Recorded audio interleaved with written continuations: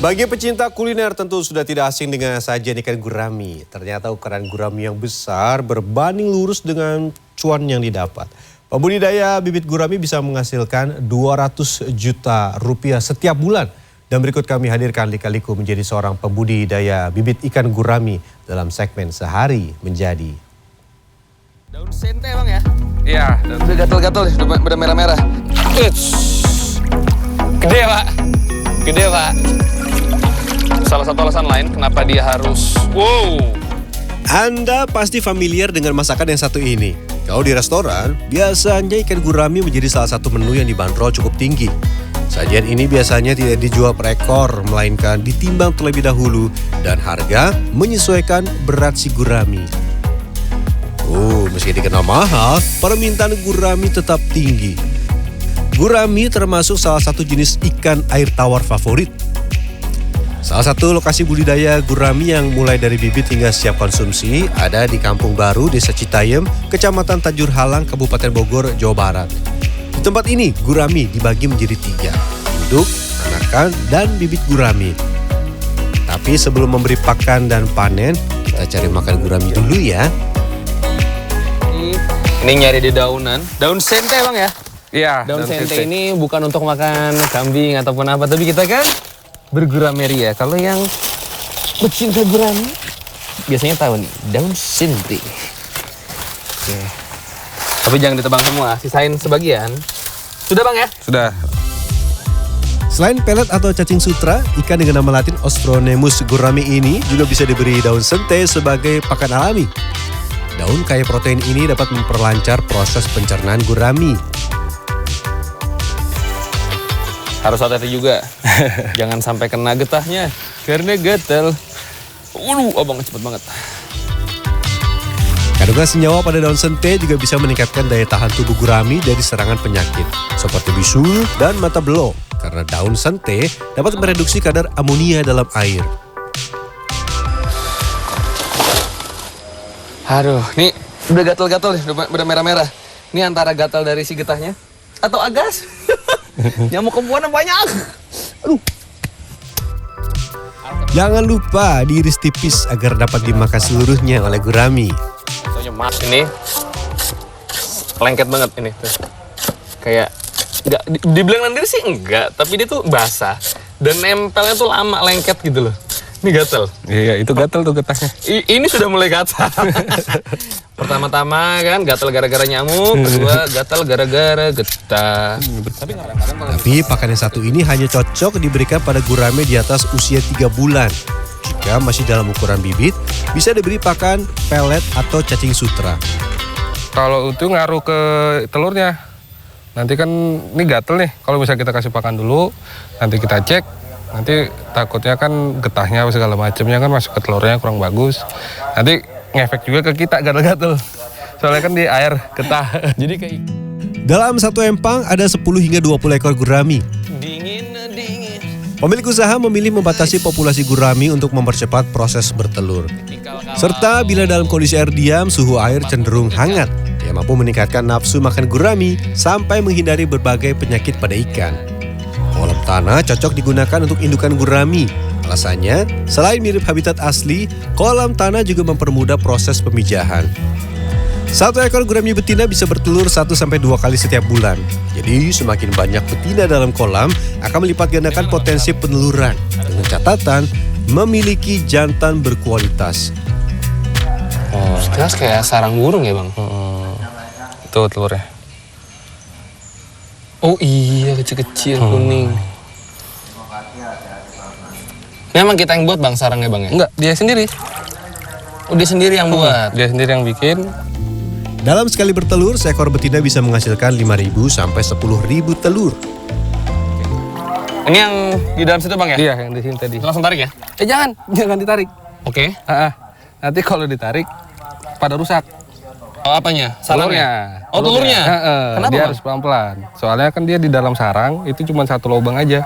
Kalau misalnya ditarik nanti pada hancur. Oh malah nggak bisa netas? Nggak bisa kejual. Oke.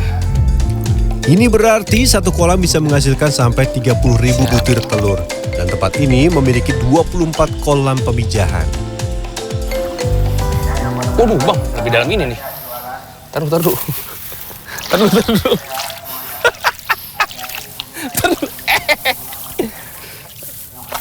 Sip. Kita panen indukan. Sekaligus sortir. Aduh bang, basah lagi nih. Aduh. Usai panen telur gurami, kami beranjak ke kolam induk untuk penyortiran. Caranya, tanam satu patok untuk jaring eret, di mana bagian bawahnya diberi pemberat. Tarik perlahan agar gurami tidak kabur dari bawah. Penyortiran biasa dilakukan setiap 3 bulan. Sebab bila ikan terus-menerus dipijah, maka kualitas ikan akan menurun, di mana tingkat kematian larva menjadi tinggi. Kenapa dikata kita karantina? Biar kualitas telurnya terjamin gitu. Kualitas maksudnya gimana bang? Soalnya dari yang menentukan kualitas telur jadi atau enggaknya itu si jantan. Soalnya kan dibuahin sama si jantan. Kalau si betina dia hanya menentukan banyak atau enggaknya telur. Menangkap gurami indukan tidak semudah yang saya kira. Selain memiliki tenaga yang cukup besar, gurami juga memiliki sirip yang tajam. Gede pak. Nangkapnya juga dia ada tekniknya. Yang ini gede. Oh ada tekniknya? Emang kalau salah? Robek tangan. Salah tangan robek. Siap. Silakan duluan. Saya melihat. Jangan sampai ada cedera di antara kita. Mengangkatnya juga tidak bisa sembarangan. Jadi ini posisi guraminya, ini kepalanya, ini posisi di bawah. Jadi ngambil lagi nih. Kepala harus dia bawah? Jadi dia harus kita balikan. Kenapa bang? Biar dia nggak banyak rontak. Bang, sorry. Di tempat ini ada sekitar 250 indukan gurami dengan bobot di atas 2 kg. Ciri-ciri indukan dengan kualitas bagus adalah memiliki sisik yang rapi. Warna ikan, baik kepala ataupun sisik, cerah dan juga masih agresif.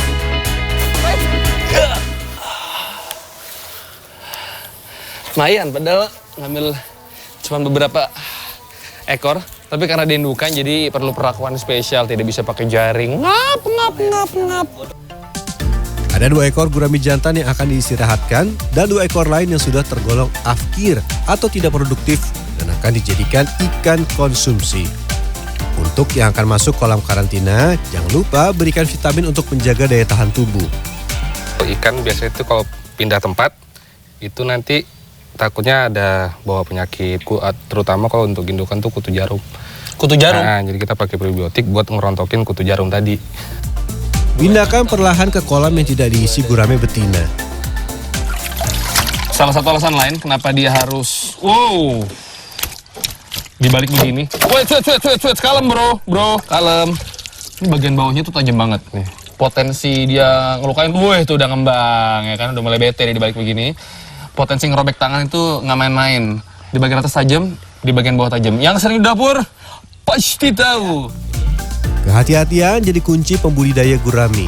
Jangan melakukan gerakan tiba-tiba yang bisa membuat gurami menjadi agresif. Pas saya balik kanan, tuh indukan yang hampir 3 kilo loncat, kena pelipis saya sini. Kacamata pecah ya udah kayak main tinju aja udah. Aja gitu. Panen telur sudah, memantau indukan juga beres. Kita lanjut ke proses selanjutnya. Persiapan penetasan telur. Pisahkan telur berwarna kuning cerah. Telur ini tidak akan menetas dan berpotensi menjadi parasit. Dia kan ini nanti kalau yang mati itu nanti dia jadi kayak jamur gitu. Nanti dia lengket sama yang lainnya, nanti malah yang lainnya itu ikut-ikutan mati. 10 menit pertama berjalan lancar, tapi setelahnya fokus saya langsung ambyar.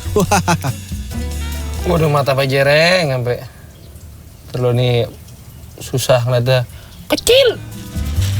Dalam 3 hari telur ini akan menetas menjadi larva. 2 bulan kemudian larva akan menjadi bibit gurami berukuran 5 cm dan siap dijual. Gurami konsumsi bisa dipanen di usia 8 hingga 10 bulan. Untuk indukan bisa menggunakan gurami di atas usia 3 tahun. Sejak berdiri pada tahun 2014, tempat ini sudah mengirim larva gurami ke seluruh pelosok Indonesia. Omsetnya bisa mencapai ratusan juta rupiah per bulan. Namun tidak selamanya usaha berjalan sesuai rencana. Selain larva capung yang menjadi hama, gurami tidak jarang menjadi santapan ular dan biawak. Belum lagi munculnya wabah yang menyerang seluruh ikan. Gurami bisa diolah menjadi berbagai sajian. Kalau menu favorit saya, ikan bumbu pesmol dan ikan bakar. Boleh bang, abang, nasinya dong. Setelah hari yang panjang, saya santap dulu berdua ikan gurame yang paling besar ini 3 kilo ada ya? Wah, 2,5 kilo. 2,5 kilo ya kira-kira ya, sama ini jadi 3 kilo. Kita santap dulu, kita istirahat dulu. Oke, kita nyobain dulu. Harga gurami akan melonjak menjelang Idul Fitri atau malam pergantian tahun. Harganya bisa mencapai 35.000 per kilogram. Ayo, siapa yang tertarik menjadi pembudidaya gurami atau jadi penikmat saja? Kalau mau menjadi pembudidaya, harus buka mata lebar-lebar, terutama ketika proses sortir telur ikan. Ria Fernando, Dwi Ari, Kabupaten Bogor, Jawa Barat.